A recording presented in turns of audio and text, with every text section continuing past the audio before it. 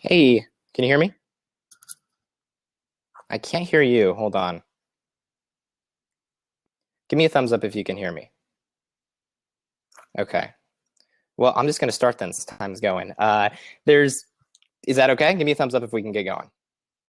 Let's pause then because you're giving me the no sign. I saw time count and I was like, let's get into it, but hold on. Let's see if we can pause it. Let's see. It says you're muted till we pass the mic.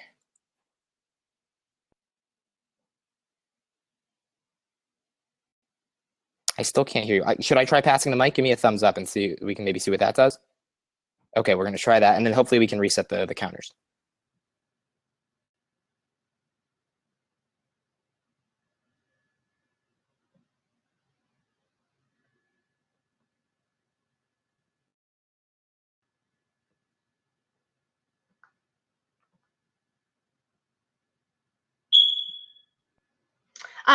Can you hear me? Can you hear me? You can? Yeah? Okay.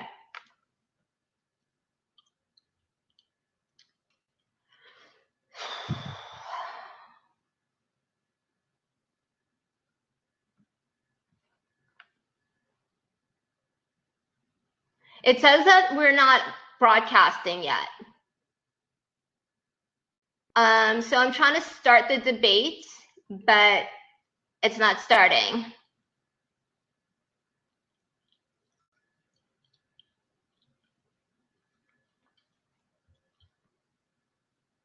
Do you need to start the debate? Do you need to start it as well?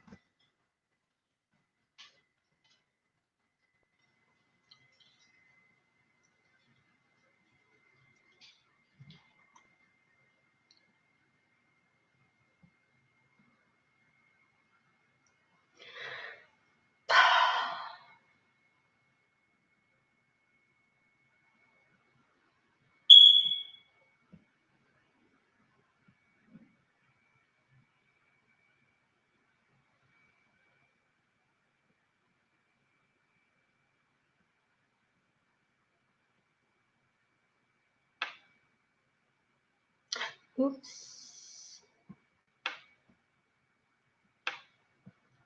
I'm sorry, go ahead.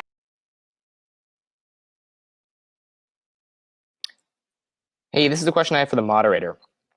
Should I try to reset the debate or should we just go and jump in, or any judges who are watching? Because basically the timer's already counting down. Does anybody have a thought on that? Maybe my opponent does too.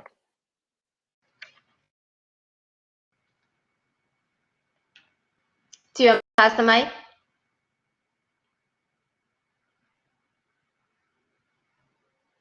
What are we doing here?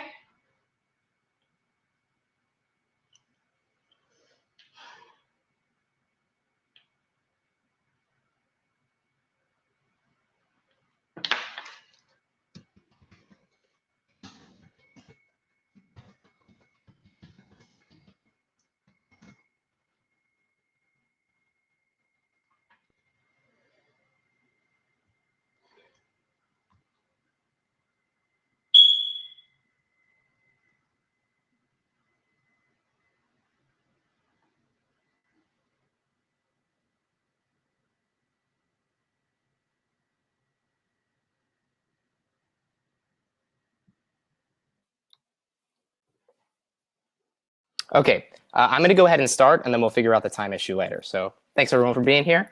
There's two ways that this debate ends. Either it's fair to call Donald Trump a racist, or it's unfair to call Donald Trump a racist. So how do we make that determination?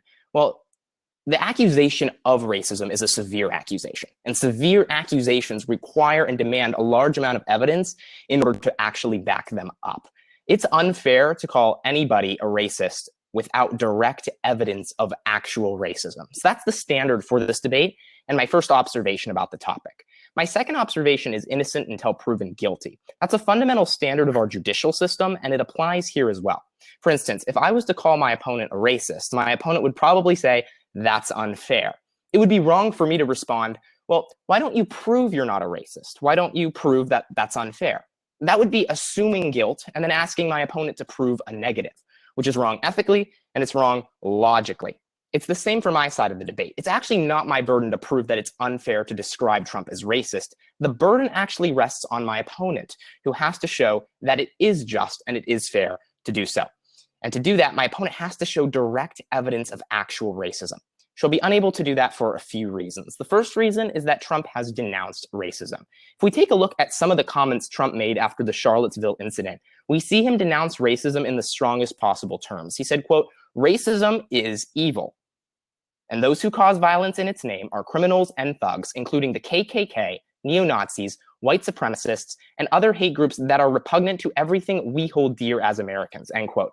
That's the strongest condemnation that Trump has made on this topic. And it speaks volumes about his position, because it means to actually think it's fair to describe Trump as racist, you have to believe that he's lying here, that while he says he hates racism, he secretly harbors ill will in his heart.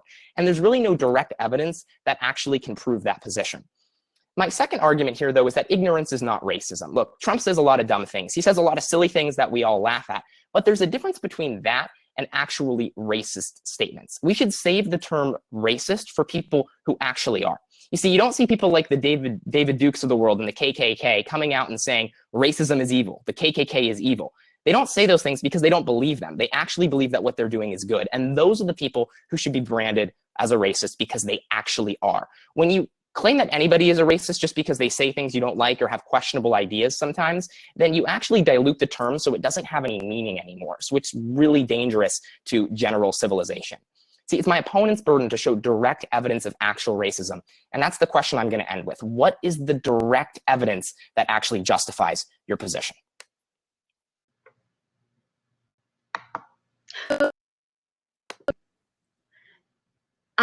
Hi, Austin. So I've got a lot of notes, I'm sorry. So to what you said, Trump denouncing racism, what he says and his actions does not match, and actions speak louder than words. Some proven demonstrable ways he has shown racism and prejudice is one, he was sued by the Justice Department for discriminating against Black people and not renting to Black people in his buildings. So not only once, but he was sued twice.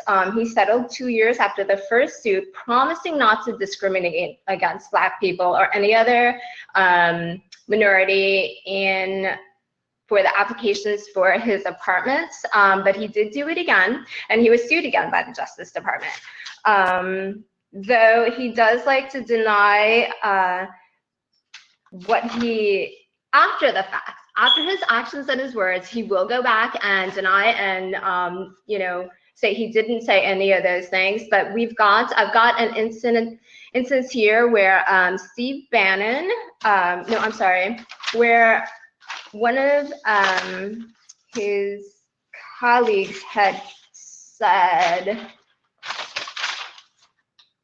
so House Speaker Paul Ryan, in regards to what Donald Trump said about the judge in one of his cases.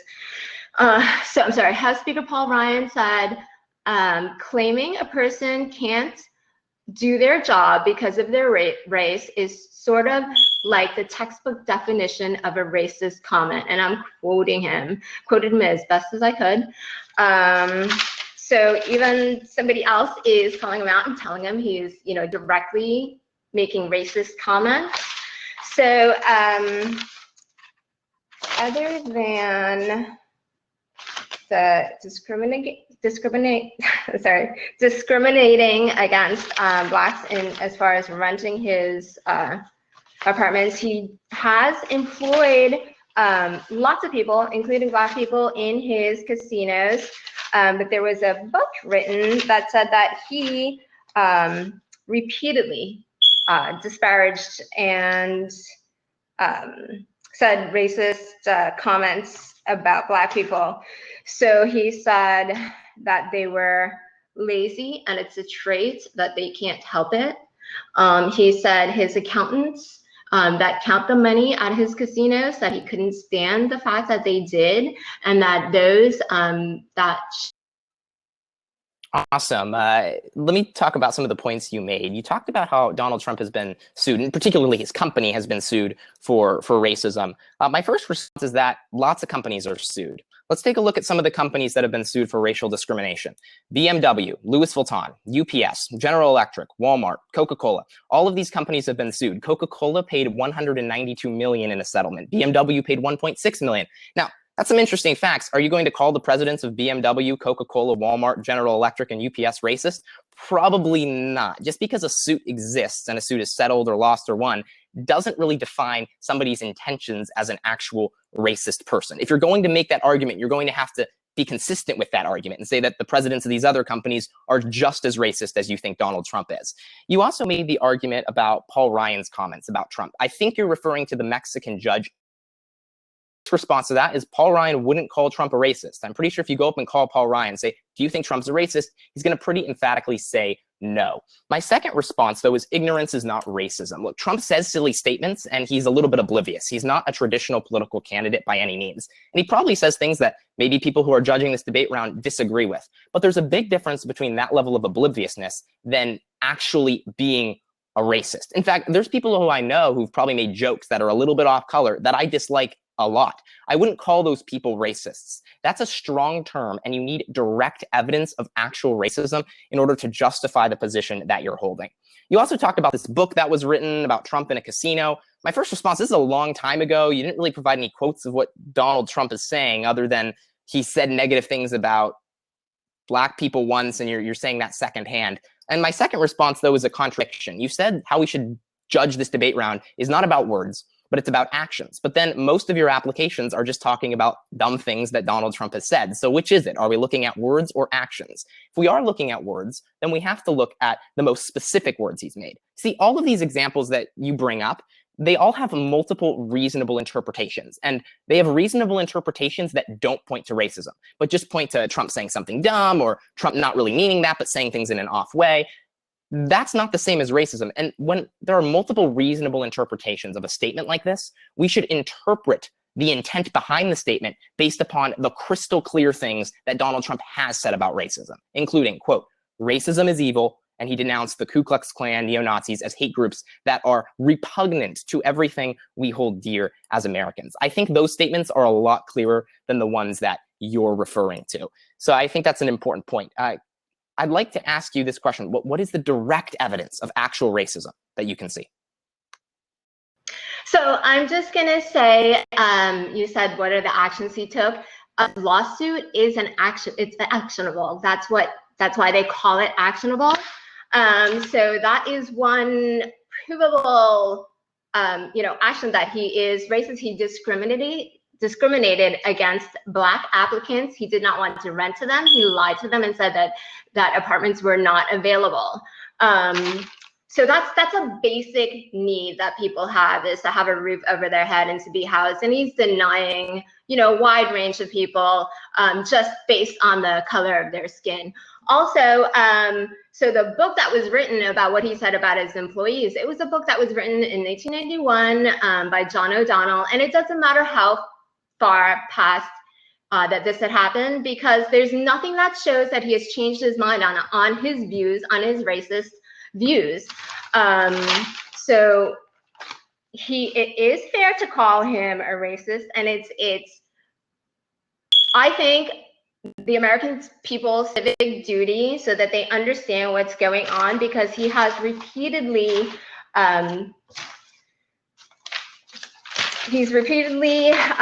not said anything against it. So whenever it's escalating, he said violence towards the Black Lives Matter protesters. When anyone protested his campaign, he condoned and he promoted the violence by saying he would pay people to beat those protesters.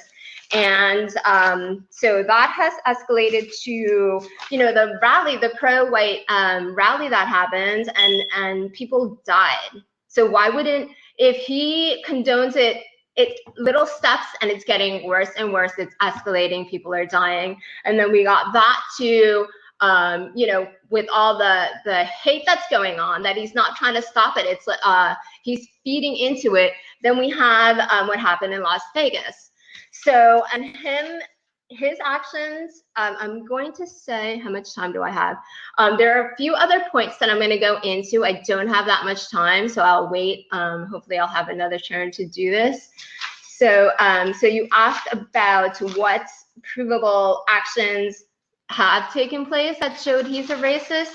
Those are it. And you have to remember that the definition of racism is,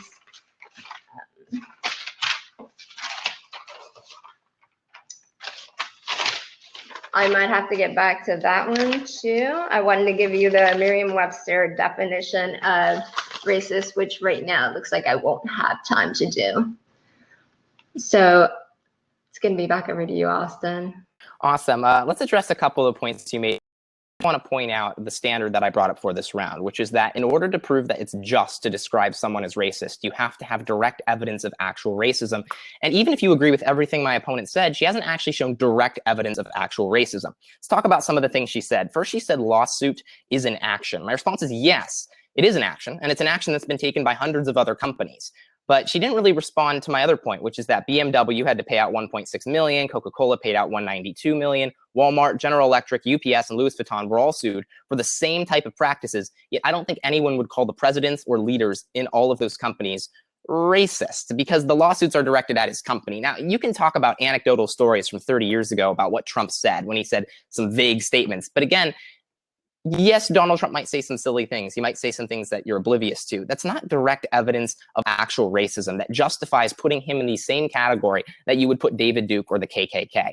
You see, there's a reason you don't see those individuals like David Duke saying, quote, racism is evil. It's because they don't believe racism is evil. Racism is what they believe in, and that's thus why we call them a racist. But that's not the same for Donald Trump. My opponent said that there's nothing to show that Trump has changed his views. Well, first, I don't believe Trump has ever been a racist, seeking to subjugate one race under another. But secondly, if you do think he used to be, he has done some things. He said, quote, racism is evil as recently as the Charlottesville incident. She also mentioned about Donald Trump saying, I'll pay your legal fees to punch someone.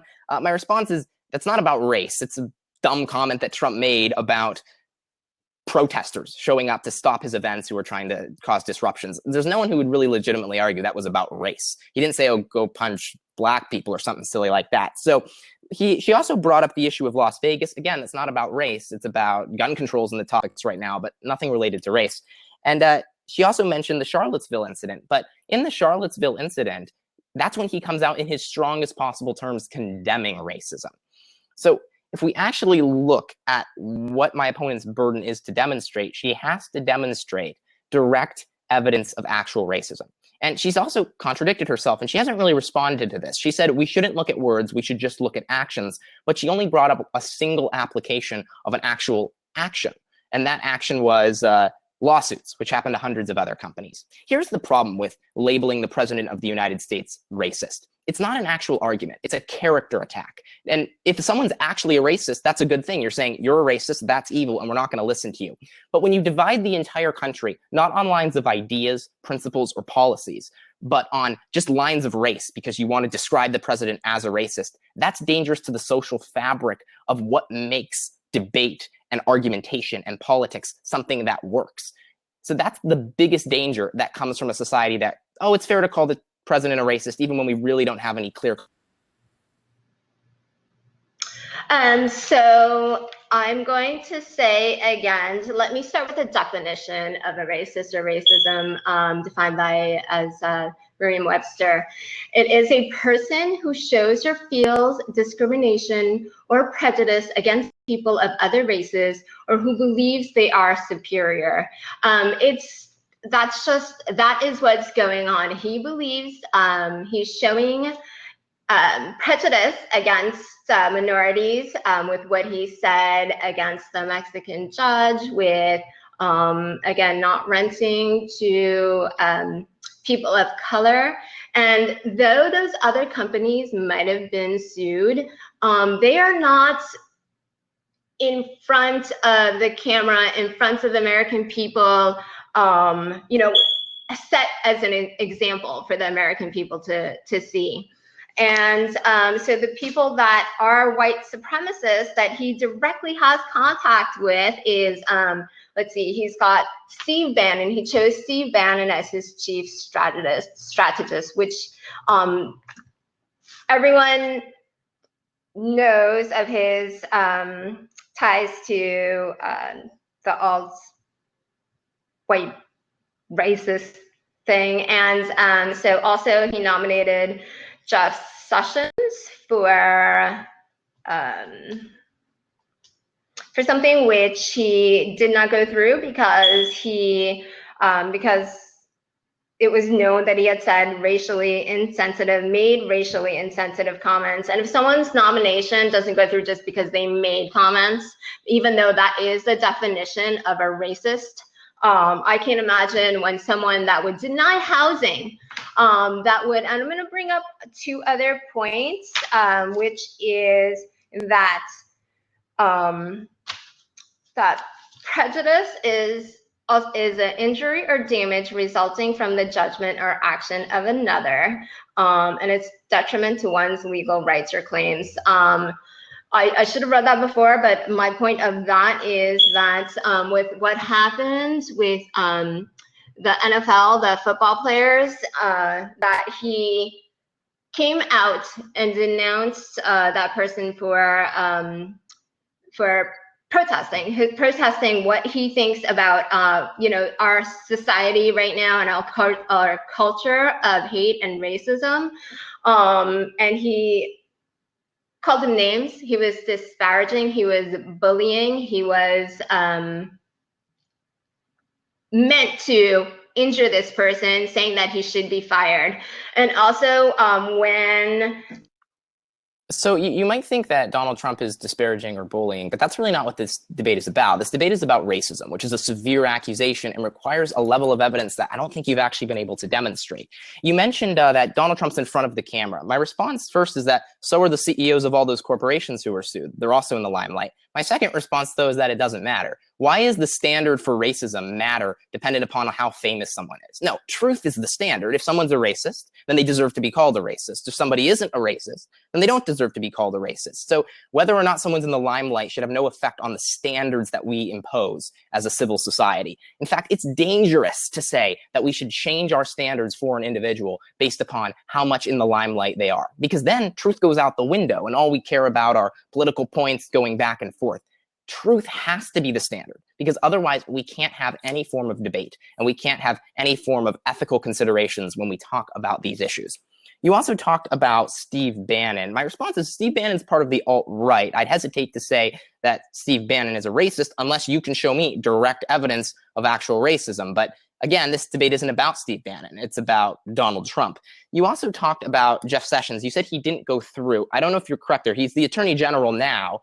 And again, no direct evidence of actual racism on the part of Sessions. There's lots of people who like to claim that certain people are racist and have racist intent, but you'll notice that there's always multiple interpretations of the vague statements that these people are making. They may say things that you totally disagree with, maybe even vehemently so, but that doesn't make them a racist unless you can actually demonstrate that. You brought up the NFL. My first response is that's not about racism. There are a lot of people who claim that, oh, this is Donald Trump attacking people because of race. Really, it was echoing a sentiment held by the majority of the American people, which is to kneel in front of the flag is disrespectful to the men and women who have sacrificed their lives to make sure that it was there. That was the sentiment that he echoed. It wasn't a racist sentiment, even though people try to portray it as such. And if you're going to say it was a racist sentiment, I think you'd be calling a lot of people in America racist when there just isn't the evidence to actually support that. Look, my opponent would probably come up in a moment and try to talk more about, look at the things Trump has said or done. He said some silly things. However, you have to look at what the standard for racism actually is. If there are multiple interpretations of vague statements that Trump has made, we should understand them within the context of the statements he's made that are crystal clear. When he says racism is evil and that we all know that it is evil. I mean, my question for my opponent is, do you truly believe that Donald Trump deeply believes in subjugating one race over another? I don't see the evidence for that, but let me know what you think. I do believe he has. He does. So when Charlottesville happened, you gloss over a lot of things that happened and only want to pick out what I'm sure someone told him. You need to go back and rephrase and reword what you're saying, because your view is inciting a lot of people. So when at Charlottesville, his automatic reaction was, I can't say anything until I investigate all sides. And then later he said, well, there are good people on both sides. Why is his stance not strong? Because of his racist views. So he sees white people as superior to any other minority. So he's not willing right away to say violence is wrong. People died, and those actions, it should have been enough for him to come out strongly against it, which it did not, because he thinks white people are superior and their actions, they don't have to be held accountable, which they do have to be held accountable for.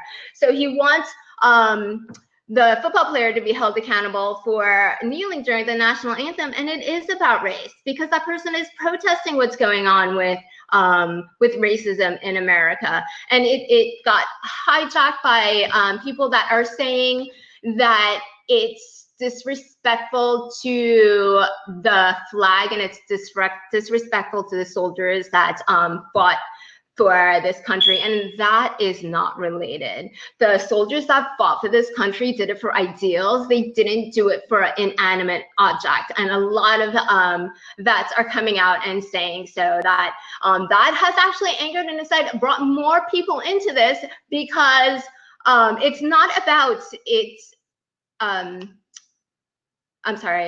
it is about that he is trying to subjugate, he is trying to admonish someone that is exercising his right that those soldiers went over to fought for us to be able to keep. And I'm just going to say another, black and white, and I do mean that literally as well as figuratively. Miss Texas criticized Donald Trump about what happened in Charlottesville. Nothing was said about that. Nothing was said about that. In fact, I went to go look so I could hear what she had said. I wasn't able to find it. But when a black newscaster tweets, they are out, in front of the cameras in a news conference saying she should be fired. So my position is that it doesn't really matter what other people say. What matters is what's true. And unless you can demonstrate direct evidence of actual racism, you can't really justify your position. Do you believe that Donald Trump is lying when he says racism is evil? Do you believe that he's saying that just as a way to get political points so he can enact racist policies?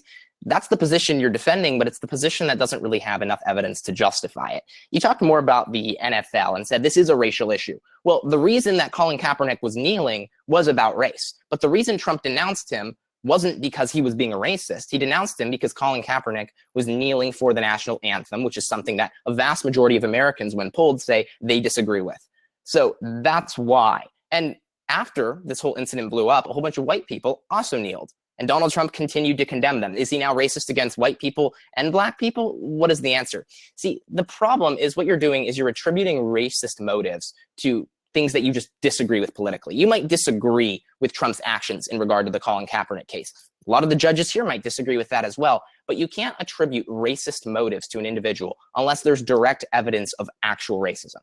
That is the standard for this round. And the only actions that Donald Trump has made that you've brought up, because you said this is about actions, not words, is his company was sued years ago in the same way that lots of other companies have been sued. And then you brought up a lot of words Trump has said. You talked about the Charlottesville incident. And in the Charlottesville incident, the thing he said that everyone was riled about was he said there was violence on both sides. Not a good thing to say. Not a good thing to say politically or a good thing to say at all. But is that really evidence of racism? I don't think so. He was saying this was a very violent incident. And then when people got all mad at him, he said, no, look, racism is evil. I denounce it. I denounce the Ku Klux Klan. And he said that all in the strongest possible terms. Here's the problem with saying someone's a racist just because you disagree with them politically. It completely jeopardizes the political debate, and it fractures the entire country along racial lines. If you're going to label the president of the United States in the same box that you put David Duke and the Ku Klux Klan, you better have a tremendous amount of evidence to actually back up your position. So we all come here with different backgrounds coming into this debate, but since you haven't been able to demonstrate that proof, I think that warrants the judges to vote for pro.